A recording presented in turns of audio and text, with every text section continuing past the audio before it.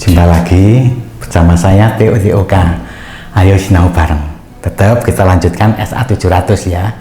Kita coba kalau tadi kenapa berubah. Catatan kecil yang harus kita perhatikan kenapa itu masih berlanjut. Nah, sekarang kita coba lanjutkan dengan pemaparan ke masing-masing paragraf.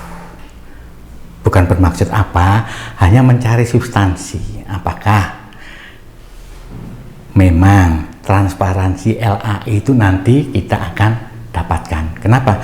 Karena tidak hanya bagi kita sebagai auditor, tapi sebagai stakeholder, pengguna laporan keuangan yang telah diaudit. Kita mulai dari paragraf pertama ya. Kalau paragraf pertama, ini saya ambil langsung dari masing-masing contoh SA yang sebelumnya dan SA 700 yang revisi 2021. Dari segi judul, yang sebelumnya itu judulnya laporan atas laporan keuangan. Kalau yang sekarang, laporan audit atas laporan keuangan. Judul ini diperlukan hanya jika selain kita memberi opini atas laporan keuangan, kita juga ada perikatan untuk menerbitkan laporan atas ketentuan peraturan perundang-undangan yang berlaku.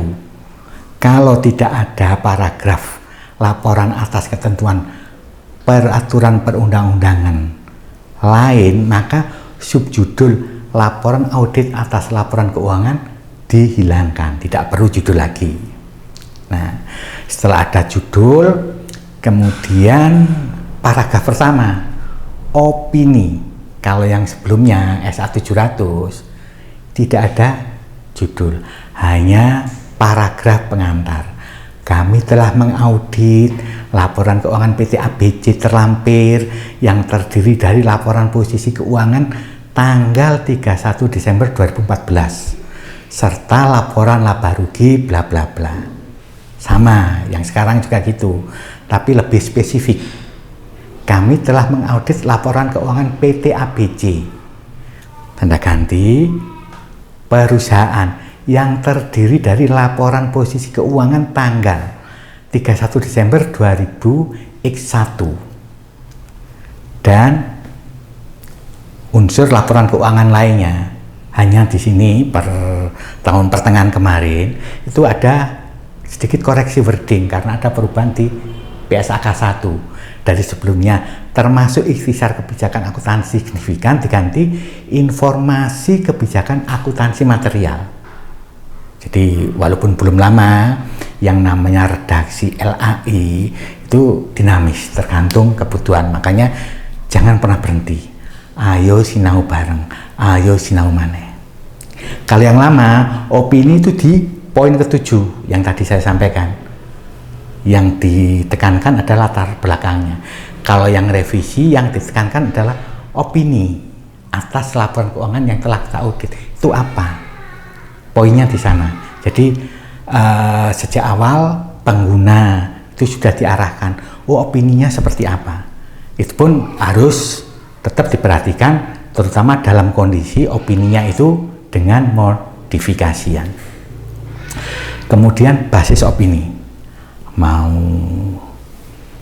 ada modifikasi atau tidak atas opini yang diberikan, tetap ada paragraf basis opini. Jadi dasar kita melakukan audit, terus kemudian tanggung jawab etika, independensi.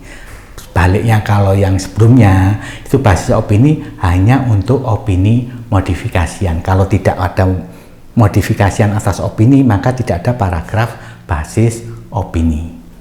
Nah,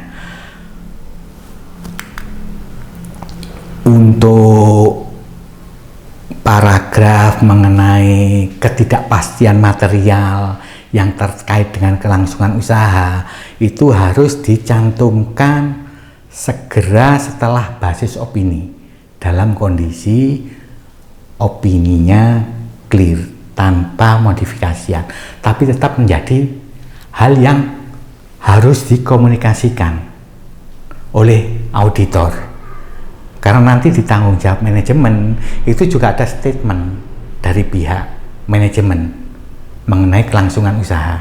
Begitu juga di tanggung jawab auditor.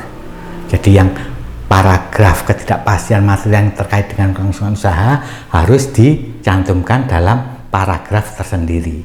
Tapi kalau keberlangsungan usaha itu menimbulkan adanya modifikasi terhadap opini yang kita berikan, maka tidak menjadi paragraf tersendiri tapi masuk dalam basis opini.